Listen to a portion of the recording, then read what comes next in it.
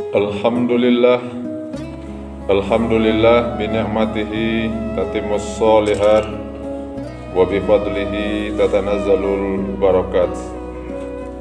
Asyhadu an la ilaha illallah wahdahu la syarikalah wa asyhadu anna Muhammadan abduhu wa rasuluhu la nabiyya ba'dah.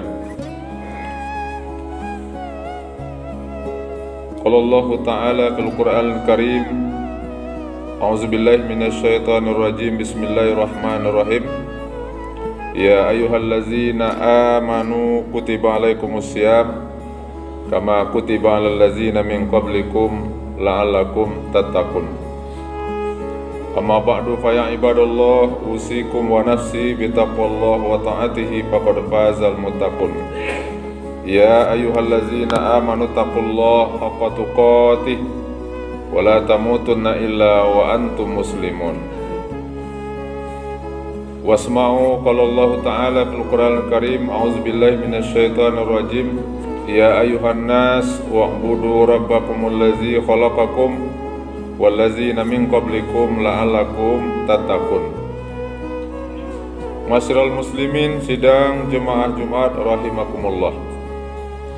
Mari kita bersyukur kepada Allah Subhanahu wa taala. Alhamdulillah sampai detik ini kita masih diberi oleh Allah kehidupan.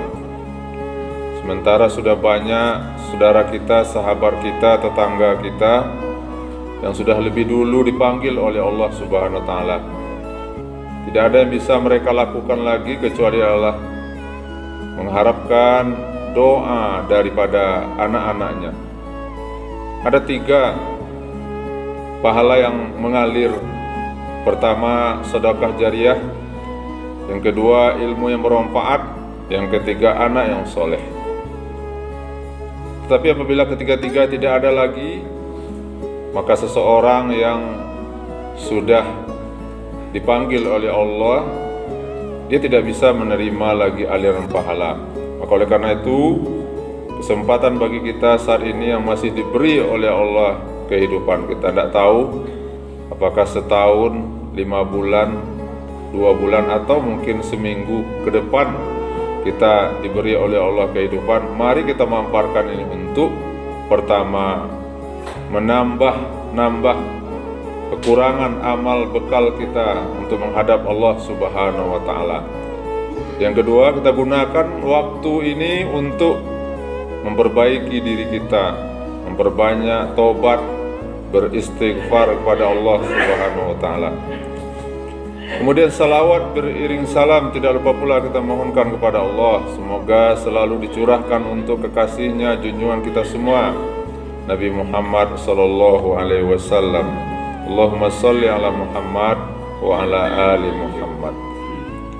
Kaum muslimin sidang jemaah Jumat rahimakumullah. Tidak berapa hari lagi kita akan memasuki satu bulan yang sangat suci, bulan penuh berkah. Inilah yang disebut dengan bulan Ramadan, di mana di dalam bulan itu ada satu amalan wajib yang kita kerjakan, yaitu siamu Ramadan, berpuasa. Masyiral muslimin sidang jemaah Jumat rahimakumullah. Alangkah lebih baiknya kita memahami terlebih dahulu, mempelajari, mendalami sebelum amalan perintah Ramadan ini kita kerjakan. Kita memahami, mempelajari, mengetahui apa tujuan dan apa hikmah daripada ibadah Ramadan yang akan kita lalui ini. Inilah yang akan kita sampaikan pada kesempatan yang pendek ini, dengan harapan adalah agar kita memasuki Ramadan ini dengan penuh semangat, agar kita betul-betul memanfaatkan bulan suci Ramadan ini dengan sebaik-baiknya. Anggaplah mungkin Ramadan yang akan kita lalui tahun ini, sebentar lagi mungkin Ramadan yang terakhir bagi kita. Masyiral muslimin sidang jemaah Jumat rahimakumullah. apa tujuan dan hikmah daripada ibadah puasa yang akan kita kerjakan 1 bulan ini? Yang pertama adalah tujuannya adalah untuk meningkatkan ketakwaan kita kepada Allah Subhanahu wa taala. Tujuan puasa yang akan kita lakukan ini adalah bagaimana kita kembali menjadi jati diri seorang yang bertakwa kepada Allah Subhanahu wa taala. Ini yang dikatakan oleh Allah dalam firman-Nya 183 tadi. Ya ayyuhallazina amanu kutiba alaikumussyam kama kutiba alal ladzina min qablikum la'allakum tattaqun. Wahai, kata Allah, orang-orang yang beriman, diwajibkan kepada kalian melaksanakan ibadah puasa di bulan Ramadan sebagaimana diwajibkan juga kepada orang-orang sebelum kalian.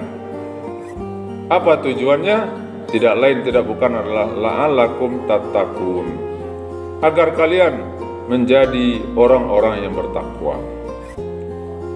Inilah tujuan dari ibadah puasa yang akan kita kerjakan beberapa hari lagi, kaum muslimin. Memahami tujuan ini, bagaimana tujuan ini jangan sampai hilang atau lupa dari dalam pikiran kita. Setiap hari kita berpuasa, sebelum kita sahur nanti, maka ingat-ingat, ulang-ulang kembali, timbulkan kesadaran dalam pikiran kita bahwa untuk apa aku berpuasa? Aku berpuasa adalah kata Allah, la'allakum tattaqun. Mudah-mudahan kamu menjadi orang-orang yang bertakwa. Ingat-ingat terus, kaum muslimin. Itulah yang menjadi harapan kita, itulah yang menjadi tujuan kita berpuasa, tidak ada yang lain. Agar kita menjadi orang bertakwa. Apa sih gunanya? Apa manfaatnya menjadi orang-orang yang bertakwa itu? Kenapa menjadi orang bertakwa? Yang menjadi tujuan daripada ibadah puasa ini. Pertama, takwa itu, kata Allah, merupakan sebaik-baik bekal kita. Wa tazawwadu, berbekallah kamu. Sebaik-baik, fa inna khairaz zadi at-taqwa. Sebaik-baik bekal adalah takwa. Untuk apa kita bawa bekal? Kemana kita akan pergi? Kita berbekal adalah untuk menghadapi kehidupan yang panjang lagi, kaum muslimin. Kita di dunia ini hanya sementara. Sementara kehidupan yang akan kita lalui nanti itu cukup panjang, maka persiapannya, bekalnya harus banyak. Dalam masalah dunia, umpamanya ketika anak kita akan kita nikahkan, mungkin 6 bulan, 3 bulan persiapannya bukan main kita siapkan. Mulai dari rumahnya, biayanya, segala macam kita siapkan. Pertanyaannya, ketika anak kita nikahkan, kita beralihkan, berapa sih lamanya kita beralih itu? Beralih paling lama hanya 1 hari, tidak ada yang 1 minggu. Tapi persiapannya berbulan-bulan, hanya untuk 1 hari. Kenapa kok persiapan kita untuk akhirat yang tidak ada batas waktunya, persiapan kita apa adanya? Inilah yang dipanggil oleh Allah Subhanahu wa taala kepada kita. Berbekallah kalian, kata Allah. Sebaik-baik bekal itu takwa. Bagaimana mendapatkan ketakwaan itu? Inilah dengan ibadah puasa. Yang kedua, apa gunanya orang-orang bertakwa tadi? Wa may yattaqillaha yaj'al lahu makhraja wa yarzuqhu min haitsu la yahtasib, kata Allah. Orang kalau sudah bertakwa nanti akibat dari puasa, ibadah puasa ini, kalau dia menghadapi kesulitan, yang kesulitan itu pasti datang dari Allah Subhanahu wa taala, maka Allah pula lah nanti akan memberikan jalan keluarnya. Dan apalagi dalam kehidupan kita ini pasti kita akan menghadapi kesulitan dalam rezeki, kekurangan. Maka orang-orang yang bertakwa itu, kata Allah, wa yarzuqhu min haitsu la yahtasib. Allah beri kepadanya nikmat, Allah beri kepadanya rezeki tanpa diduga, tanpa dipikirkan, dan persoalan rezeki itu tidak bisa dilogikakan. Masih banyak kaum muslimin ya manfaat keutamaan orang-orang bertakwa tadi. Yang jelas bahwa ibadah puasa yang kita kerjakan ini, bagaimana kita cita-citakan, kita minta, kita tekadkan kepada Allah, bagaimana kita hendaknya menjadi orang-orang yang bertakwa, karena memang itu yang diinginkan dan diharapkan oleh Allah Subhanahu wa Ta'ala. Yang kedua, apa hikmah daripada ibadah puasa yang akan kita kerjakan ini? Pertama, yaitu untuk mengumpulkan pahala yang berlimpah, pahala yang sebanyak-banyaknya. Karena memang kita katakan tadi bahwa bekal itu adalah pahala. Ternyata ibadah puasa ini adalah waktu yang sangat istimewa bagi kita untuk menggapai, mendulang pahala yang sebanyak-banyaknya. Jangan kita sia-siakan. Karena apa kaum muslimin? Suatu amalan itu bisa berbeda pahalanya. Pertama disebabkan karena waktu.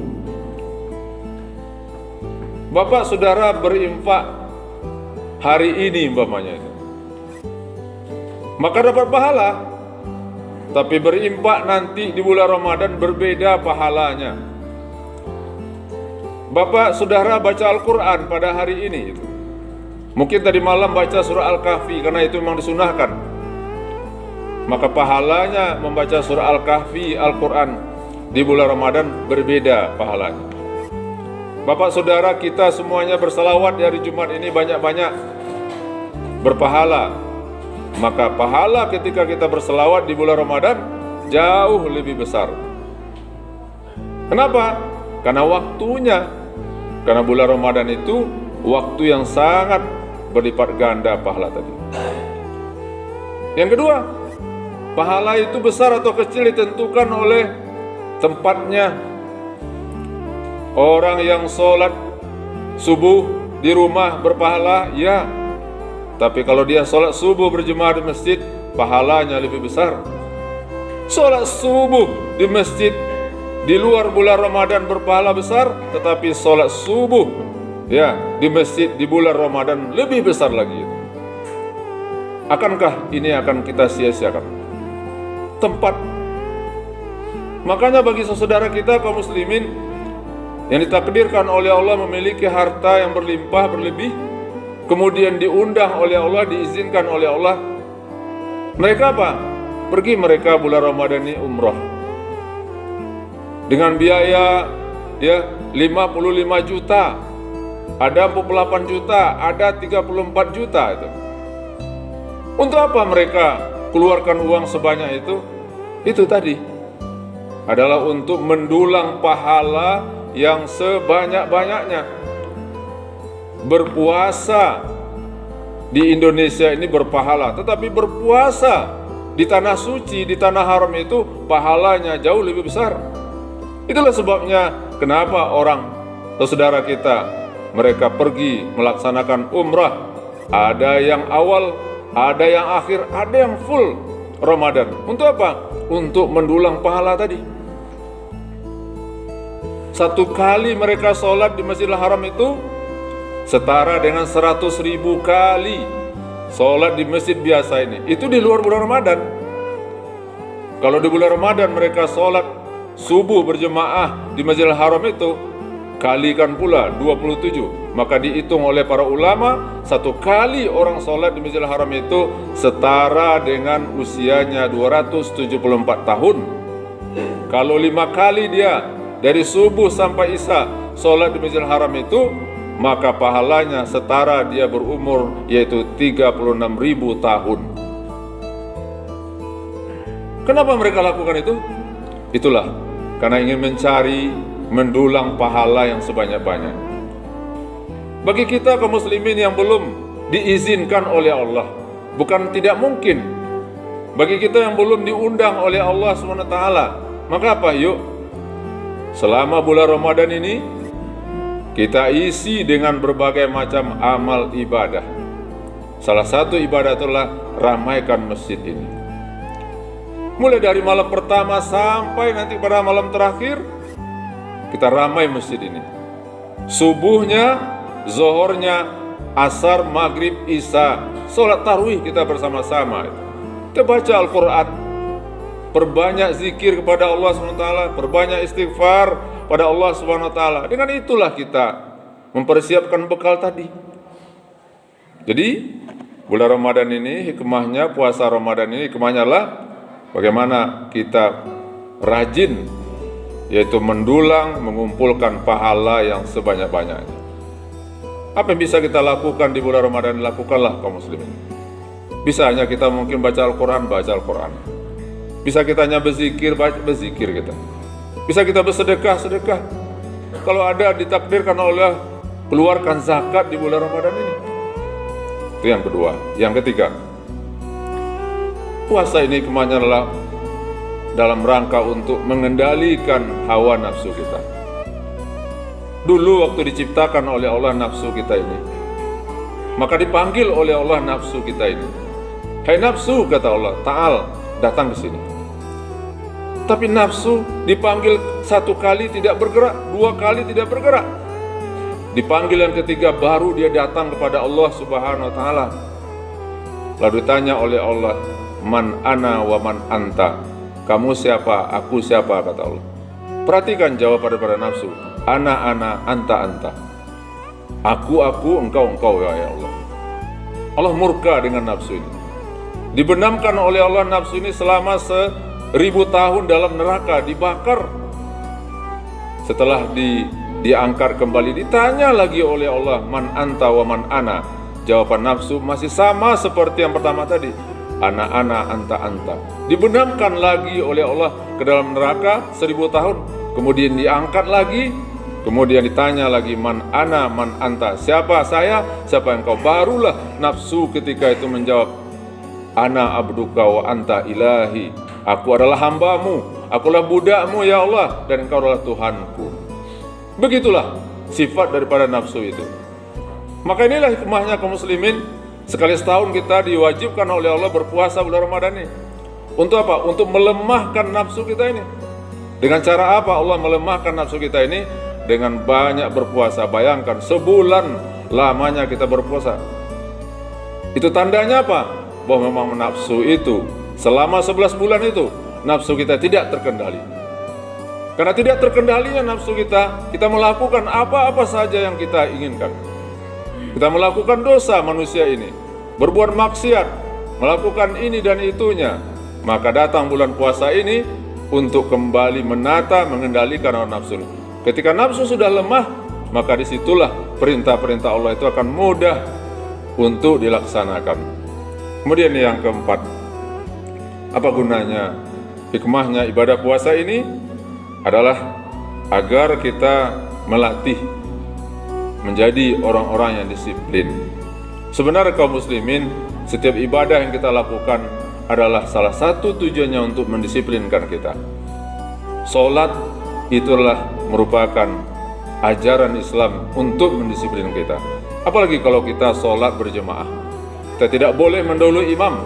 Kita patuh kepada imam. Iza raka'a farka'u, iza sajada fasjudu. Apabila imam rukuk, rukuklah. Apabila imam sujud, sujud. Tidak boleh mendahului sedikit pun.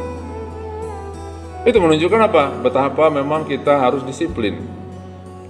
Banyak terkadang dilakukan semacam diklat, pelatihan supaya disiplin. Tetapi apa? Sebulan sesudah itu bubar kembali dengan biaya yang besar. Tetapi ajaran Islam ini adalah salah satu untuk mendisiplinkan kita. Bayangkan kaum muslimin itu. Setelah datang waktu imsak nanti kita tidak boleh makan lagi. Sebelum datang waktunya berbuka kita belum boleh berbuka. Inilah kedisiplinan yang hakikat, yang tinggi di dalam ajaran Islam itu. Mudah-mudahan kaum muslimin, ibadah puasa yang akan kita laksanakan ini, niatkanlah agar hendaknya menjadikan kita menjadi orang-orang yang bertakwa kepada Allah Subhanahu wa taala. Fa'tabiru ya ulil albab la'allakum turhamun.